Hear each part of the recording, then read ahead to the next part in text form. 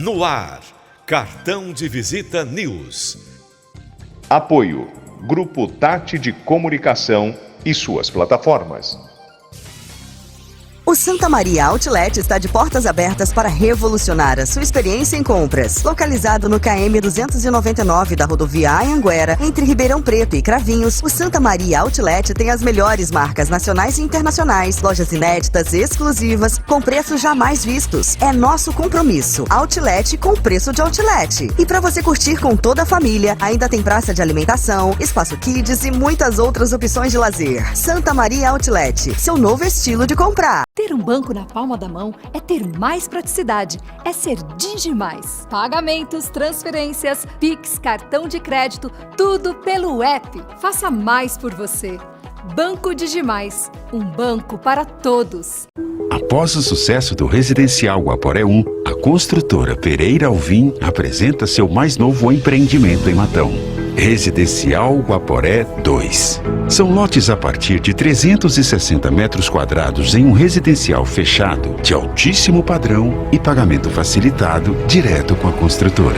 Ideal para você investir ou construir a casa dos seus sonhos. Viva com sua família no ponto mais valorizado da cidade. Com conforto, tranquilidade e completa harmonia com a natureza. Plantão de vendas no local. Ligue 0800 942 5151 e saiba mais. Residencial Guaporé 2. Seu bem viver começa aqui. Pereira Alvim. Sonhamos mais, construímos mais. Cartão de Visita News.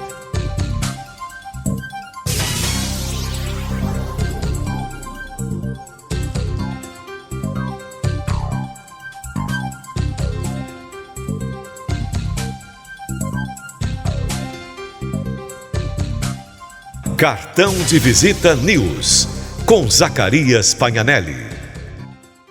Bom, estamos apresentando pelo Grupo Tati de Comunicação suas multiplataformas. A nossa entrevista estará hospedada no Cartão de Visita News R7, no TH+, e mais outros portais no Brasil. E no YouTube, Cartão de Visita News. Bom, eu estou aqui com o Dr. Frederico Francis Meloni de Camargo. Ele nasceu em Sertãozinho, formado em Direito em 2002, na Unip de Ribeirão Preto, né? Advogado.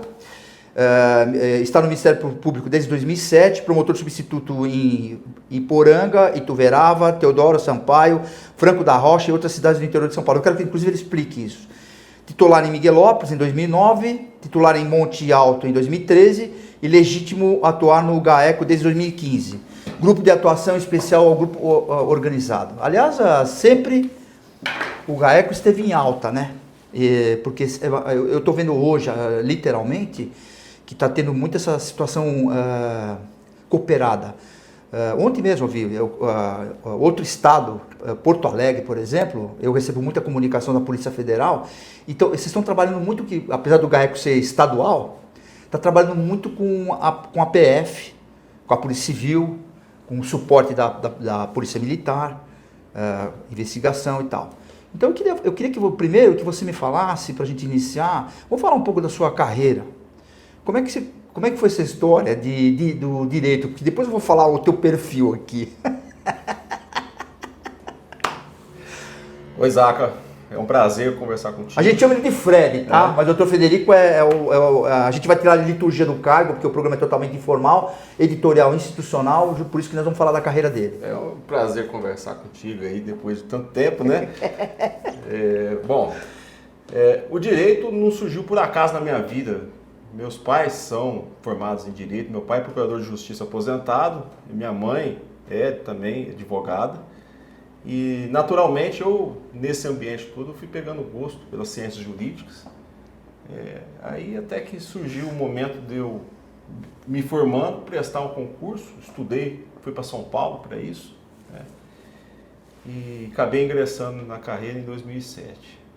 Mas antes disso, o caminho já foi complicado, né? Como todo estudante, concurseiro, enfim.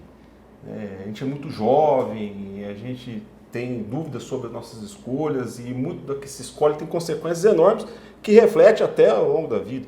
Na época que eu estudava, eu pensava assim, diante das derrotas, né, porque não se passa na primeira, na segunda, na terceira vez. Eu pensava assim, será que eu, aos 60 anos, vou ter a capacidade, se eu desistir hoje, de topar com um promotor substituto de 30 anos, 25 anos, e encarar isso de que forma? Olha, eu podia ter insistido mais um pouco, podia ter me empenhado mais um pouco. E isso me levava assim, a imaginar que essa situação seria um pouco insuportável, porque é um sonho. E sonho você tem que perseguir. Agora, o Ministério Público, quando você fala em sonho, tem alguma coisa a ver daquela coisa de que a gente... Homem tem aquela figura que, obviamente, mudou muito o comportamento, de machista, aquelas coisas. Mas tem aquela coisa do xerife, da gente ser o xerife da casa, aquelas coisas. Tem muito disso, tem. Porque antes de 88 era bem diferente, havia também a questão na época da ditadura, eu sou dessa geração, peguei uma boa parte e tal, e aí tem aquele sonho, não, eu vou fazer isso, fazer aquilo, acolá, né? E a ideia também de comentar a respeito do Ministério Público, eu quero ser o xerife, eu quero prender, eu quero acontecer, apesar de ser o cara de acusação, mas eu até vou te perguntar depois sobre isso, a questão também de habilidade de falar, não, eu tenho que absolver porque eu estou enxergando que não tem nada a ver e tal. Então eu queria que você contasse essa questão, por que esse sonho de acabou dando certo você ser promotor também. Teu pai é procurador, segunda instância.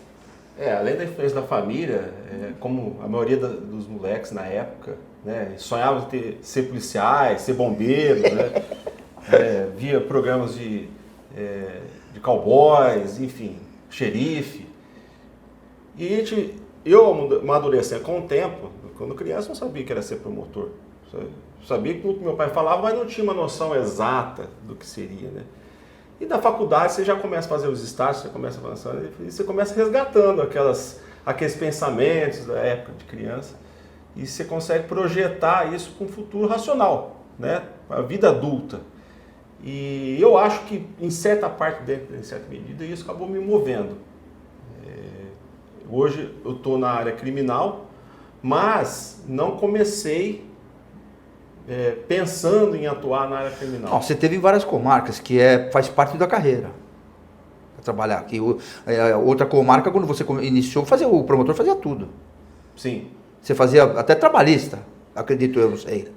Na carreira de comércio, quando você inicia como substituto. Substituto não tem cadeira. Né? Não tem. Tem uma designação, você vai tampar um buraco por alguma razão de tabaco, você vai ser preenchido. Você não você não é titular daquela promotoria. E você fica pouco tempo. Uma das primeiras promotorias minhas foi Teodoro Sampaio. Né?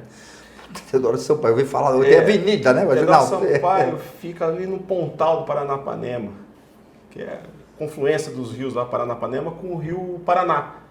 E ali tem muito problema de conflito agrário, sem terra. Era uma época que a região estava em ebulição. Depois entrou a cana, muitas usinas, e ali a situação socioeconômica começou a mudar.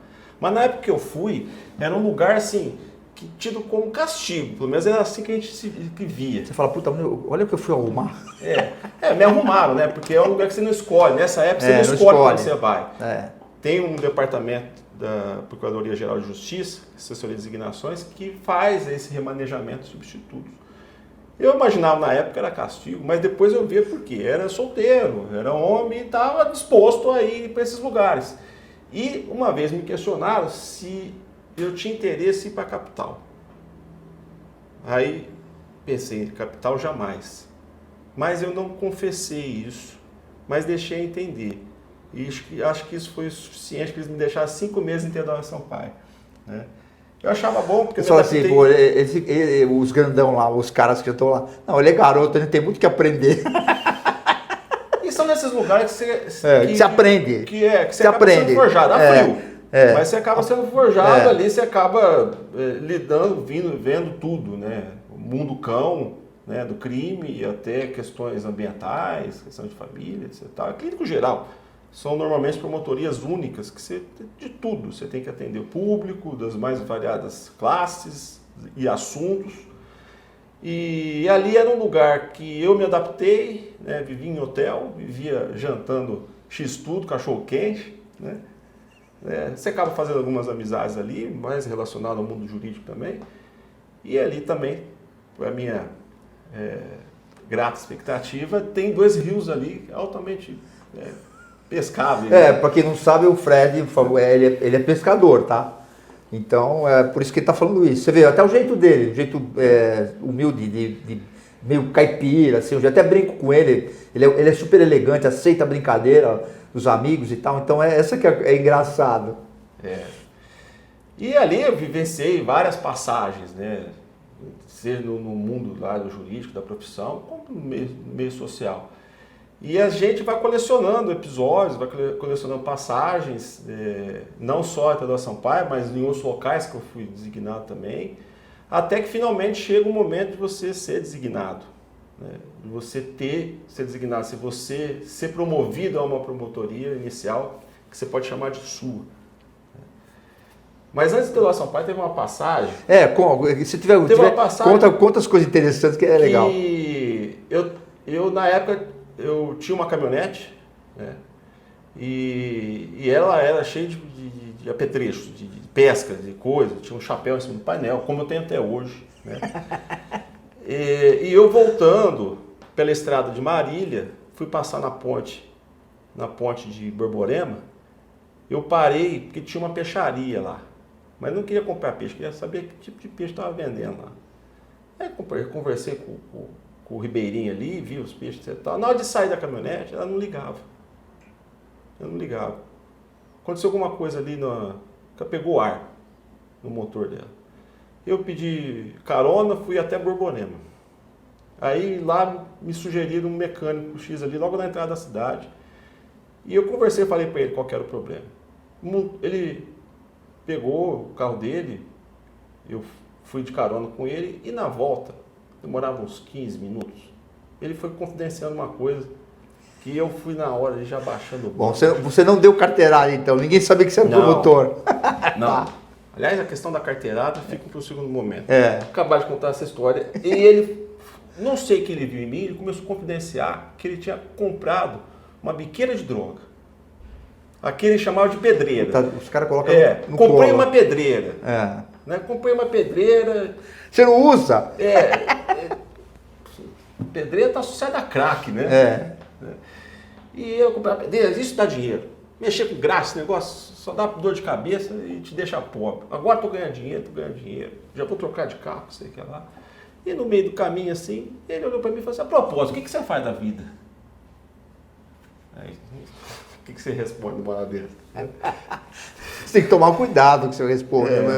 Eu sou agrônomo. Já contando já que a caminhonete, o chapéu ali, né? Ele chegou ali, já viu e eu acho que o que eu falei ornou com o que ele se deparou ali. Depois eu passei, depois ele resolveu bem rápido, né? Eu paguei ali, né?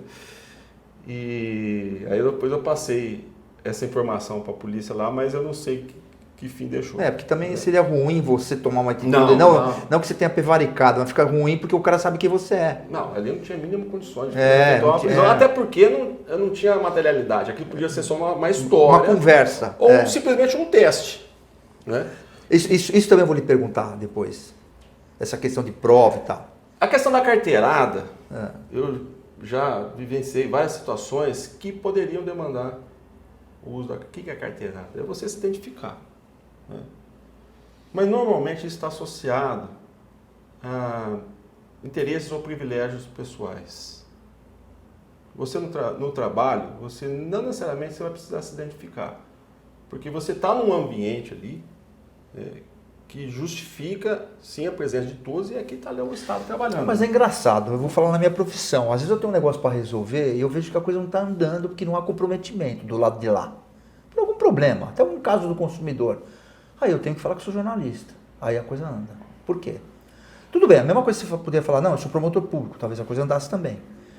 Tem hora que você tem que falar. Mas não é o seu caso. Não, visando resolver. Ó, eu quero que vocês resolvam, senão é matéria que vai. Não, se você está ali conversando com a pessoa na condição de jornalista, ou no meu caso promotor, e a finalidade é o interesse público ou o interesse jornalístico, É, você o interesse- tem que é, se identificar. é. Tudo bem, mas pode acontecer, eu vou dar um exemplo.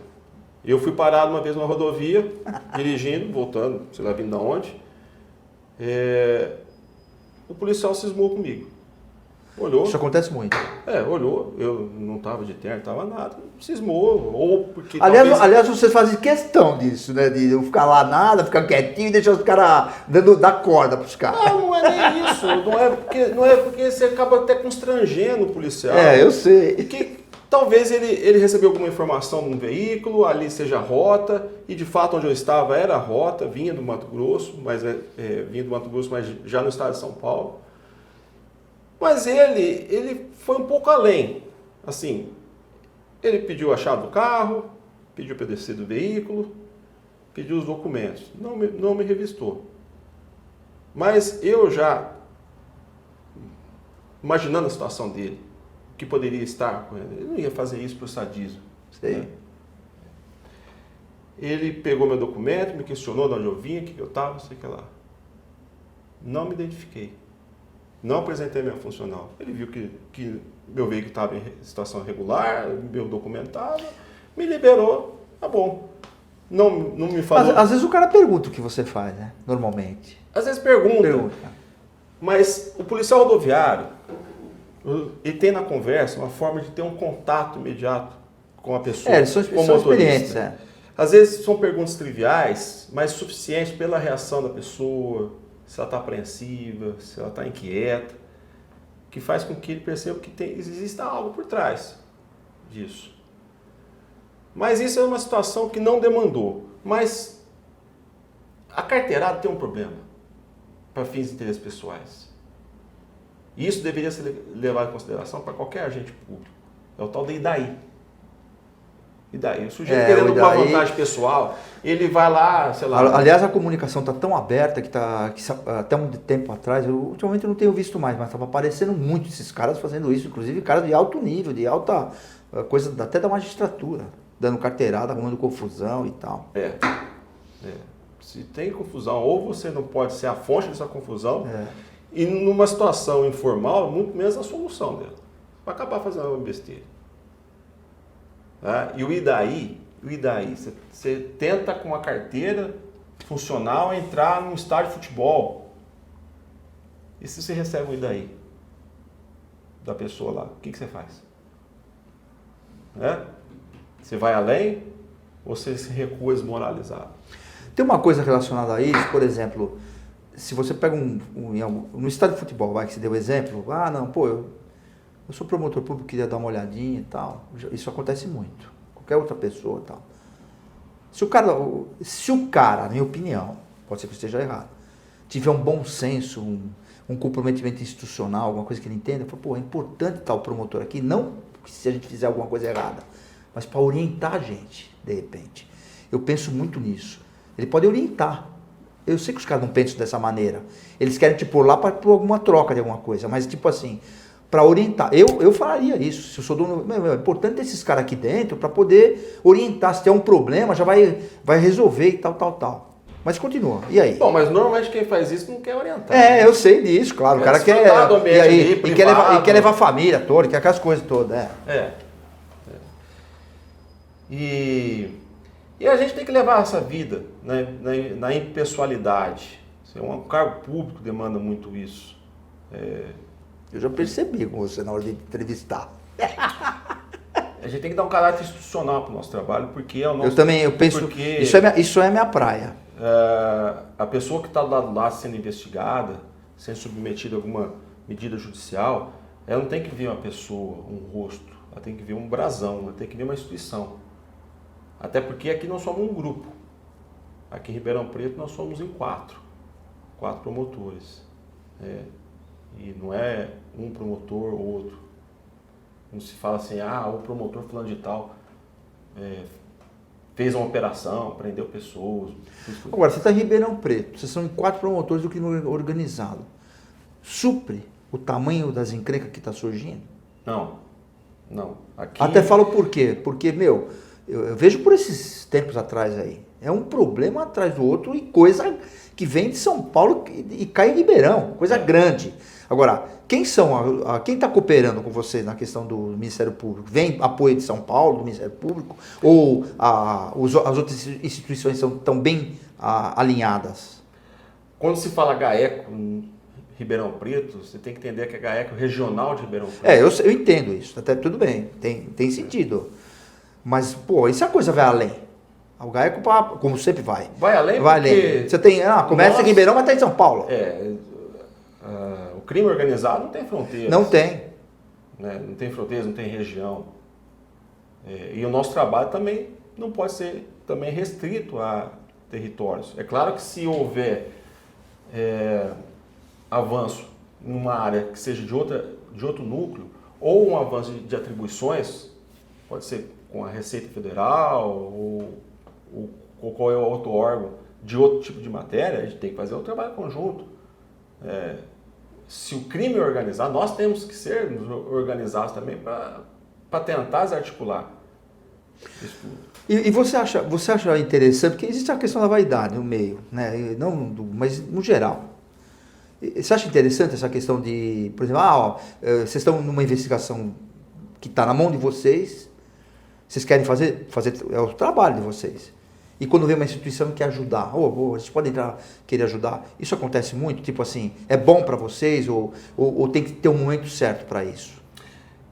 Ao longo do tempo a gente vai estabelecendo vínculos. Para saber o que está surgindo. Começa no Estado e aí vai para o federal. Existe o vínculo de confiança institucional. Também. Existem os vínculos de confiança pessoal.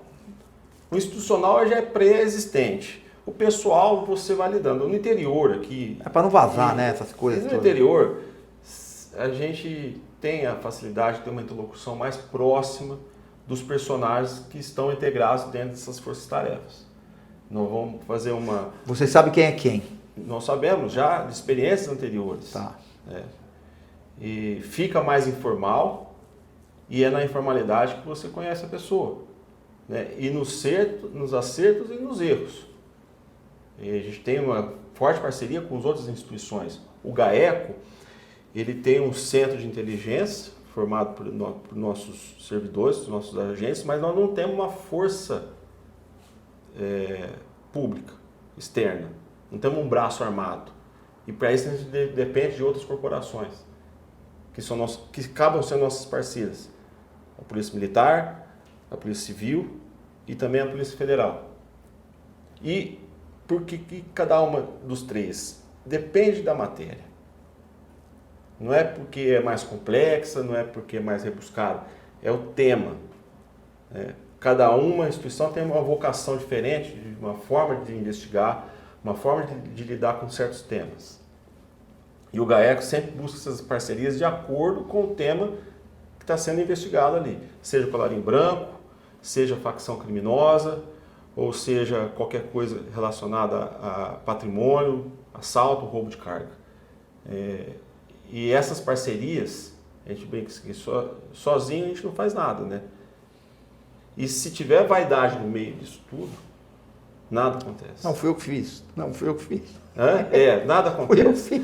E não raro, você vê aí trabalhos de outros colegas, você sabe nos bastidores quem que é que brigou, quem que trabalhou, mas na hora que o leão está morto, aparece um monte de gente colocando o pezinho para tirar foto, com um fuzil na mão, né?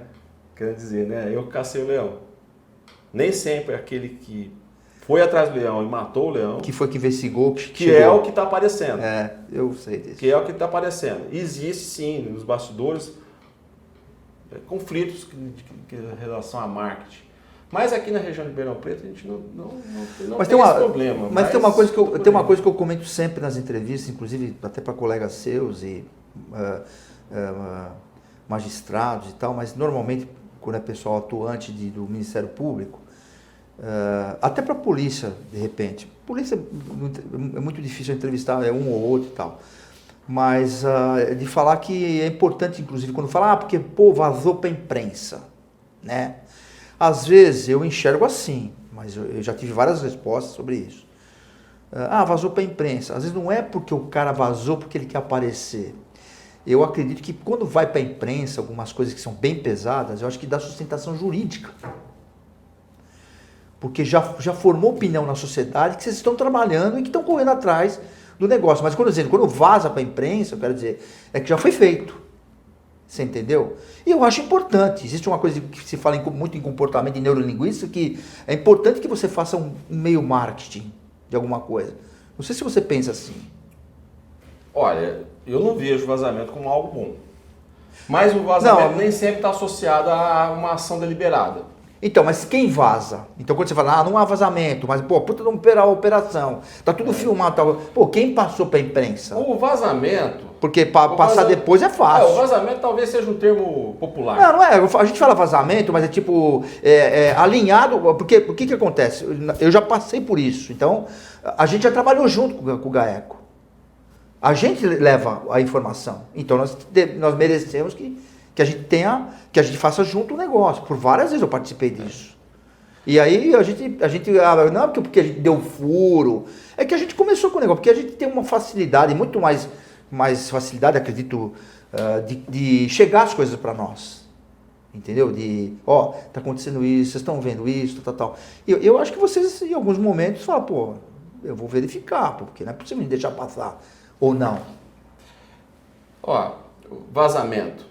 Pode haver contra-inteligência, não que alguém de dentro tirou a informação e jogou para fora. Pode ser que o investigado ou alguém associado a ele, de alguma forma descobriu, sem que alguém contasse, né? Os processos são sigilosos, mas de alguma forma acabou tendo acesso. Pode ser uma ação deliberada, de má fé. Mas quando eu falo vazamento, eu estou usando um termo, é vazamento para as operações que vocês fazem que são perfeitas, que a imprensa acompanha, ou que solta alguma coisa depois e tal. Isso que eu estou falando, não é vazou para estragar o negócio, não é isso. Não, e tem aqueles... E tem isso também. Tem aqueles que vazam na pura ingenuidade. Também acredito. Ou por vaidade. A informação, ela tá alocada em cadeias, né? Por cadeia, em elos. E elas são pessoas. Uma pessoa que está ali, de alguma forma, participando, tem um conhecimento daquela informação, ela, fora daquele ambiente, ela tem pessoas com as quais ela confia. Por exemplo, a esposa. Não, jornalistas também vocês confiam. Tem alguns que vocês não, confiam. Mas pensa numa situação mais simples. O cara tá lá dentro e conta para a esposa. Ele confia na esposa. Só que ele não conta que a esposa confia na irmã. Que é a cunhada. E a irmã tem amigo. E a cunhada tem um namoradinho que tá ali, lá, parece que tá legal. E a coisa vai andando sem ter a ação deliberada de você causar um prejuízo para aquela investigação. Mas ela vai saindo de forma involuntária e de boa fé. E vai atrapalhar, realmente. E vai chegar uma hora que cai num ouvido ruim. Aí acaba, de certa forma, prejudicando a minha investigação. Mas o vazamento nunca é bom. Nunca é bom, porque uma operação ainda tem a parte da surpresa. Você aprender bens, você aprender documentos, e se o investigado souber de antemão que isso vai ser submetido a uma busca, ele pode se desfazer no celular, pode sumir com um documento, ou simplesmente fugir. Eu costumo falar sobre essa questão de imprensa pelo seguinte, é que nem portal de notícia, por exemplo. Eu vou lá, faço uma matéria institucional, um exemplo. E como existe na gerenciamento de crise, no meio e tal. E aí, é um termo que eu uso muito, que eu nunca ouvi de ninguém, eu sempre falo nisso. Que às vezes essa matéria, como já aconteceu, da gente salvar um cara da Polícia Federal por causa de uma bobagem, que a gente mandou uma bobagem de um atropelamento, porque o cara não viu, por exemplo, uma motocicleta mal sinalizada na estrada, acabou tendo um acidente terrível, e o cara se prejudicou na carreira, não teve culpa no cartório e respondeu por isso. O que a gente fez? Falei, pega um jornalista, que era advogado, que tinha especialização em gestão de trânsito, fez uma matéria sobre isso. O cara pegou essa matéria, juntou no processo. Isso formou convicção. para absolvê-lo. Porque, entendeu o que eu quero dizer? Que tem situações que dá sustentação jurídica. A mesma coisa quando vocês vão fazer uma grande operação, que o GAECO está sempre atuante. Aliás, hoje está uma prática no Brasil inteiro, né? Se fala no GAECO. E aí o que acontece? Vocês estão sempre... É pauta para o jornalismo, né? Para a sociedade, inclusive. Existem dois tipos de informações. De interesse público e interessante ao público. E interesse privado da comunicação. Às vezes Da você lida com as duas. Você sabe Interesse lidar. público e interessante ao público. O que vai para a imprensa, normalmente é interessante ao público. Né? Tem o fator, princípio de informar o público, né? Mas é muito estranho essas coisas. Não é o caso. Cativar a audiência com informações exclusivas, com informações impactantes. É que é o furo que os caras falam, né? Dá o furo de jornalismo e tal, essas coisas. Já aconteceu aqui já de operações nossas, altamente complexas, que se criava a expectativa de ter uma repercussão. E, vamos dizer, a imprensa não comprou. Né? Até porque não dá audiência. Às vezes é porque, assim, hoje existe um cuidado imenso com o trabalho, com o trato das informações. Os processos hoje estão cada vez mais sigilosos, mais sensíveis. E quando você deflagra uma operação, pouco ou nada você consegue passar para a imprensa. A não ser o que se vê, o que está na rua aí. Muitas vezes também a gente tenta dar um caráter institucional. E a imprensa quer ver um rosto, quer ver uma coletiva, quer ver pessoas... Não, o institucional não interessa. Sim. Por isso que eu vou por essa linha. Para não ter problema, eu acho que é legal você acabar tendo esse tipo de trabalho que eu faço, fica aquela questão pessoal de você ter a relação com o cara e saber exatamente o que ele faz. Isso é super importante, eu te falar. E também que eu te falei, você estava muito reticente de, não sei e tal. Mas é importante falar o que fazem, quem são as pessoas, é importante. Eu falo sempre em comprometimento, até um cara que tá dentro de uma loja, uma telefonista para te atender. Se ela não for comprometida com o trabalho, não adianta. Então você precisa saber quem é quem. Quem são os caras? Quem que está trabalhando? Não, porque eu corro risco. Eu acho que isso é muito relativo. O risco você vai correr com a tua profissão a vida inteira. Mas isso, correr atrás de informação é o papel do jornalista. Então. Ele tem que pegar um fragmento de informação, certificar aquilo de verdade e continuar. Eu queria te falar sobre isso. Você falou de verdade e deu gancho. Se fala-se muito hoje em delação premiada. Se comenta muito hoje, que está no celeiro nacional, mas... Vocês já fizeram delação premiada no GAECO? Já, algumas vezes. Tá. Então, quando você faz uma delação premiada, eu queria que você explicasse como funciona tecnicamente. O cara não chega aqui simplesmente e conta uma historinha.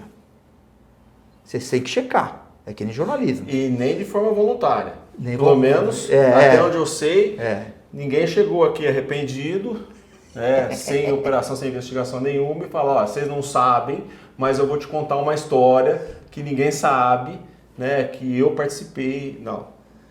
A colaboração, pelo menos na nossa experiência aqui, sempre está associada a uma situação que o colaborador, ou pretenso colaborador, ele submeteu uma investigação, ele avaliou o que nós temos, as cartas que nós temos em mãos, e falou assim, se eu jogar esse jogo eu vou perder. Então eu vou roer a corda, vamos dizer assim, para tentar um benefício. Agora, esse benefício... Não necessariamente um arrependimento voluntário e sincero. Não, entendi. É uma questão meio ele está sendo, entre aspas, o dedo duro lá. Ele não ninguém gostaria de ser dedo duro, né? Praticamente não, ninguém. Mas é uma situação que o cara tem que salvar a pele dele, melhorar a pele dele, vamos falar assim. E como é que funciona isso? Bom, não tem uma forma própria. Tá? Existe... Tudo depende do momento, do caso, da situação. Da lei, depende do momento processual. Essa lei é constitucional? É a lei de organizações criminosas, sim. Tá. Pelo menos até agora não se questionou. Tá. Mas a colaboração, ela sempre traz um interesse pessoal do que está colaborando, né? Que é ter um benefício, se livrar daquilo. Já aconteceu... E a gente sempre tem que ter esse cuidado. É saber que a pessoa, o único interesse dela é se livrar daquilo. É se livrar ou ter uma pena atenuada. E a gente tem que ter cuidado que isso é o o que move a pessoa, que é muito subjetivo. Então, a gente costuma sempre verificar o que está sendo dito, o que está sendo reportado. Não simplesmente acreditar que a pessoa está falando e sair acusando as pessoas delatadas. Sempre há uma verificação prévia para certificar realmente se a história procede nesse nível de profundeza e nessa extensão que possa nos beneficiar, nós. É investigação. Aí sim, a partir daí é dosado o benefício. Quando o cara faz uma delação premiada, já aconteceu, não sei, isso que eu queria perguntar. Já aconteceu do cara, obviamente o cara está preso, por algum motivo está preso e tal, ou não necessariamente, ele vem aqui, conta uma história, ele conta a história, vocês vão checar, não sei se é de imediato e tal, mas o cara sai daqui, ele pode sair daqui e vocês vão checar a história para saber se realmente é verdade? Ele não sai com nenhuma contraproposta. Entendi. Tudo demanda um tempo, tem um procedimento de você verificar, de você correr atrás daquilo, de você certificar que realmente está sendo colocado no papel é verdade. O sujeito, na ânsia de querer ter um benefício ou resolver a questão dele de imediato, acaba tendo até uma certa afoiteza, né, de querer resolver aquilo logo, mas ele tem que ter paciência, que as coisas têm um tempo diferente. E a colaboração premiada tem o seu tempo também, porque é algo muito delicado. A gente tem que certificar passo a passo. Ao final, pode ser que não seja 100% válido ou 100% imprestável. É aí que você vai dosar o benefício. Olha, nem tudo que você disse foi confirmado. Pouca coisa. É pouca coisa que vai ser dosada na tua pena. Ou é uma proposta nossa. Redução de pena, um pagamento, um ressarcimento, enfim. É uma coisa que tem que ser pensada e repensada. Não ser resolvido de dia. Às vezes o próprio investigador se sente entusiasmado pela história que ele está ouvindo. E ele acaba entrando nessa história sem certificar ou ter a possibilidade daquilo não ser realmente do que acontece. Então tem que ter muita serenidade, parar, falar assim, agora você volta para casa, eu vou te chamar e depois disso agora eu vou certificar, eu vou investigar se realmente isso que você me falou é verdade. Você vê que você é um cara muito cauteloso, Fred. Então, e quando vocês fazem um baita de um trabalho que sensacional, faz parte do jogo, de resolver mesmo o problema e tal, e de ver que é o papel é o papel de vocês aqui. E essa situação, decisão que vocês dão, ela é reformada na segunda instância. Faz parte do jogo, né? Já aconteceu de o juiz não aceitar, por exemplo, algum caso? Não, isso aqui não funciona. Porque na verdade vocês estão na primeira instância, né? Não, já aconteceu, já. E tem juiz... Tem absolvições. E tem magistrado envolvido no crime organizado, que conhece bem o crime organizado ou não? Que dá pra... Aqui a gente não lida com pessoas com foro. Tá, entendi, tá. Mas a gente sabe... Aqui tem o Silvio, né? Que é criminal. Chega alguma coisa pra ele, ou não? Como assim? Não tem o juiz, o Silvio aqui, que é criminal, aqui em Ribeirão? Tem, aqui são 5 juízes criminais e agora tem um juiz de garantia. Tá. Mas autoridades com foro, prefeito, promotor, deputado, aí tem um departamento lá em São Paulo próprio para esse tipo de investigação. Mas, você falou de juiz, mas o crime organizado, de alguma forma, ele está se embrenhando, está se permeando. Está se infiltrando. Na política, nos órgãos públicos. A gente sabe disso. E nada impede de que amanhã ou depois a gente descubra que, sei lá, alguém assim, de certa relevância dentro dessa questão da persecução penal esteja envolvido. Bom, vocês têm corregedoria, vocês têm um monte de coisa. Esses caras têm que ficar de olho, né, pra saber quem são os caras, se tem a realidade. A gente não sabe, porque o mundo tá meio de cabeça para baixo, né, nesse sentido. Mas assim, é preocupante. Agora, você vê que vocês são vocacionados e tal. Agora, o crime organizado tá forte no interior hoje? O crime organizado... Para mim tá no mundo inteiro, mas no Brasil Olha só, antigamente o crime organizado, na acepção assim, de estrutura de pessoas, né, conluiadas ali entre elas, com um único propósito criminoso, se organizando, divisão de tarefa, aquele negócio todo, isso se via mais na política do que no crime marginal. Mais relacionados a contratos públicos, prefeituras, licitações, do que nos subúrbios.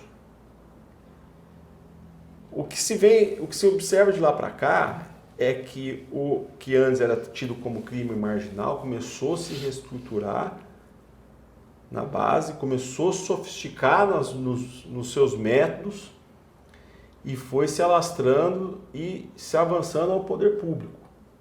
Né? Hoje se tem notícias de grandes contratos públicos na mão de facções criminosas. E qual que é a base disso tudo, nessa reestruturação, nessa mudança do perfil criminoso? O dinheiro, a forma de lidar com o dinheiro. Eu ia falar isso, a lavagem de dinheiro que é o mais pesado. A lavagem de dinheiro é algo que tem que ser visto fora da situação que parece ser complexa. Porque se você está diante de uma estrutura criminosa organizada, você necessariamente vai estar diante de uma lavagem de dinheiro. O que é lavagem de dinheiro? É você reaproveitar o dinheiro auferido com o crime, né, com uma aparência lícita. Em algum momento, esse dinheiro vai ter que ser reintroduzido no mercado com uma máscara diferente, uma afeição diferente. Agora, Fred, sabe uma coisa que eu não entendo na lavagem de dinheiro? Por exemplo, os caras compram tudo em dinheiro, né, tal. E eles aí compram, esquentou, tá? Comprei. Porra, mas é a origem desse dinheiro?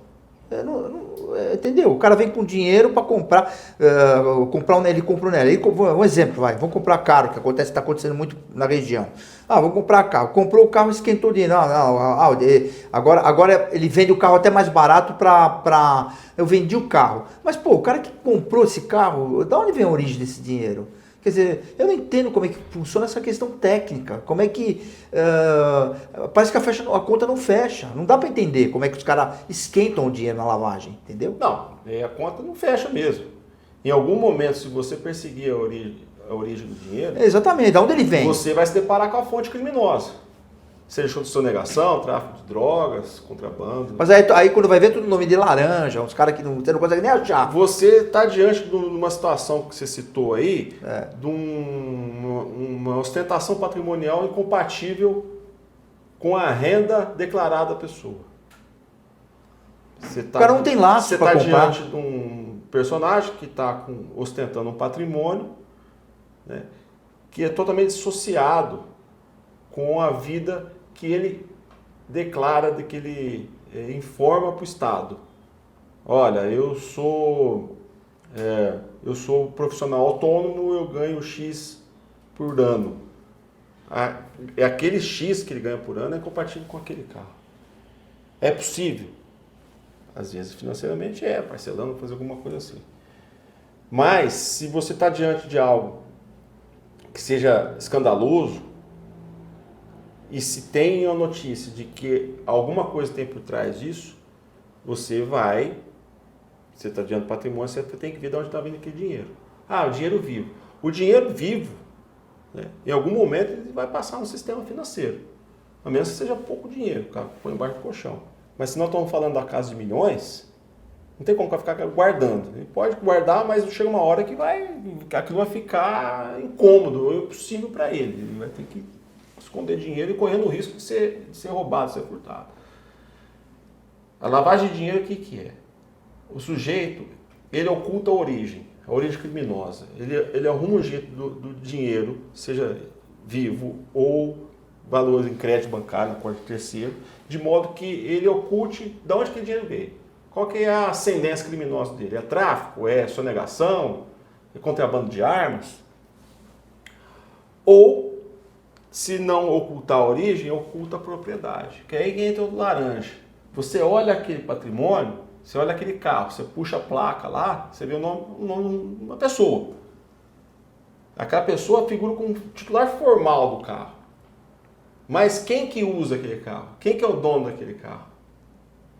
Quem que pagou por aquele carro? E se tiver que vender, quem que vai receber? Vocês já chegaram em várias situações nesse sentido? Sim, envolve carros, envolve imóveis, envolve... É que o carro é mais fácil de manipular, né? Crédito em conta bancária. Existe até uma forma assim, de se pulverizar o dinheiro vivo com depósitos fracionados na conta de terceiros. A lavagem, ela não tem uma cartilha. Cada vez os caras vão se especializando mais. Vai se especializando e as coisas vão mudando. E vão mudando e outra, vão incomodando. E outra também, mas eles vão se especializando e vocês vão aprendendo mais. Agora, se você que se propõe como investigador a desarticular uma organização criminosa e não for atrás do dinheiro, você fez uma investigação capenga. Se você não descapitalizou aquela estrutura, você não fez o ciclo completo. Porque as pessoas são substituíveis. Cada vez mais a gente tem observado que cadeia já não está servindo mais. Raro pessoas que se sensibilizam com prisão. Incluindo no dia da operação. Porque eu penso o seguinte, eu já fui para lá mesmo, para mim é fácil. Às vezes não, às vezes são pessoas que estão indo pela primeira vez. Às vezes você está tratando um colarinho branco. Às vezes você está tratando pessoas que, assim, têm um status social que a coloque acima de qualquer suspeita. Tem vários exemplos, assim. Porque às vezes a gente imagina um criminoso com um certo estereótipo. Mas às vezes não. Aqui em Ribeirão Preto, por exemplo, tem vários casos de que nós fomos para a Zona Sul e não para a Zona Norte. Eu imagino, eu vi. E essas pessoas que estão sendo submetidas a busca, às vezes sendo presas, elas estão menos preocupadas ainda com a prisão e mais preocupadas com o patrimônio. Você falou de colaboração premiada, no mais das vezes a gente tem que conversar sobre quanto a pessoa vai pagar ou devolver. É aí que a coisa costuma enroscar. Você percebe que o sujeito, ele está preso, ele está processado, pegou até uma pena alta, mas ele está numa situação confortável porque o patrimônio dele não foi atingido. E a família está desfrutando aquilo e ele sabe que uma hora vai sair, em razão de vários benefícios, enfim, e vai progredindo de regime, acontece isso, aquilo, que ele vai desfrutar daquele patrimônio. E aquela investigação que você fez e não se dedicou à busca patrimonial, ela ficou pela metade. Mas hoje, os órgãos que se propõem a combater o crime organizado, não só a GAECO, a Polícia Federal, a Polícia Civil, a própria Receita, estão pensando, já se estruturando, já está dando resultado de fazer a constrição judicial, patrimonial. Que a gente fala de inversão patrimonial. Você pega aquele patrimônio que está a serviço do crime e você usa, reverte para o benefício do Estado. Às vezes até em bens. Doutor Haas, tem, se eu não me engano, carrões aí, né? Acho que eu vi em Porto Alegre. Os caras virou viatura. Deixa eu te perguntar mais uma coisa, por causa do horário, por causa da TV. Estamos entrando pelo Grupo Tati. Estará hospedado no cartão de Visita News R7, no TH+, em vários outros portais, no cartão de Visita News no YouTube. O que eu não lhe perguntei que faltou, assim, que a gente poderia falar, que já está dando o nosso tempo? Como é que eu vim parar aqui? Então vamos... GAECO, vamos lá, é verdade. Como é que você veio parar no GAECO? Você está há quanto tempo no GAECO? Estou há 10 anos. Nossa, aprendeu muito, hein? Aprendeu e prendeu. E como eu falei no começo, a matéria criminal não era o que me chamava a atenção. Quando eu me promovi para a minha inicial, foi para Miguelópolis. Onde tem a represa. E um dos primeiros trabalhos que eu fiz lá foi criar caso com os rancheiros e proprietários rurais. Que tem uns condomínios ali que não tem... Está na beira do reservatório. Condomínio fechado ali, tem ali que não tem nem escritura. Tem de tudo. Área regular, irregular, ocupação. Eu já vi isso aí. Tem de tudo. E eu comecei a criar caso, todo mundo... Chegou esse garoto que já veio uma confusão. Por quê? Eu vi o meio ambiente como um tema promissor que deveria ser tirado do papel. O grande problema do meio ambiente é isso. É você tirar da legislação e colocar na prática. Colocar em cima da terra. Mas eu tinha, novo, sonhador, né? Eu tinha esse propósito lá. E eu não conseguia. por entraves burocráticos, internos e externos, eu não conseguia. Eu consegui ter, na verdade, a raiva do povo. Lá tem muita família que é enraizada, família tradicional, que tem muito dinheiro ali, inclusive abrange até a prefeitura, essas coisas. Eu sei que eu também tive lá uma vez para conhecer, me incomodou em algumas coisas lá, que eu também enxerguei isso. Falei, caramba, os caras fecharam os condomínios aqui do lado do coisa que não tem nem documento, que tomaram conta das terras aqui, tal. Isso eu fiquei sabendo. E ao mesmo tempo, ali eu fazia de tudo, né? É promotor único, então eu era envolvido em todas as matérias. Mas eu me dedicava mais à questão ambiental. E eu percebi também, ao mesmo tempo, que à medida que eu ia avançando e atormentando a vida dos rancheiros, dos proprietários, eu ia perdendo júri. A população foi pegando aversão a mim. Porque... Já não enxergava mais o Ministério Público, já via o promotor Frederico. Isso é um problema. E eu comecei a perder júri de casos importantes que eram claros, que eram de evidência assim, de ser condenação. E eu percebi que o povo já estava, digamos assim, já contra mim. E ao mesmo tempo pensei assim, eu estou servindo a quem? Eu estou nessa cidade a serviço de quem? Eu tenho que servir ao povo daqui. A cidade, ela tem aqui a vocação dela, tem as suas necessidades e tem os seus problemas. E eu não conseguia avançar na questão ambiental, só conseguia ter inimizade, só é problema. A partir daí, eu procurei saber o que a população precisava ali. E sabe o que eu fiz? Montei numa viatura da Polícia Militar e comecei a rodar à noite. A polícia começou a me mostrar realmente os grandes problemas da cidade. A cidade está infestada de traficante, infestada de arruaceiro, infestada de furtador. Eu entendi. Falei, deixa eu tirar o pé porque eu entendi aqui eu não vou vencer. Onde está o problema dessa cidade.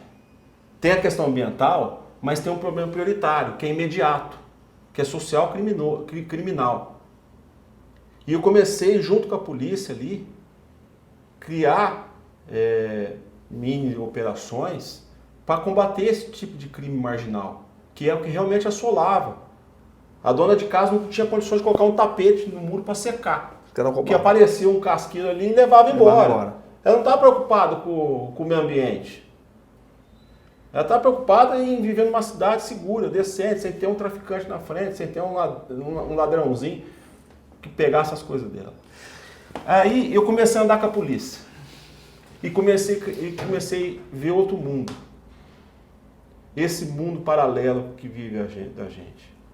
O mundo criminal. E eu comecei a fazer alguns trabalhos, comecei a reconquistar a confiança do povo, comecei a ganhar os júris.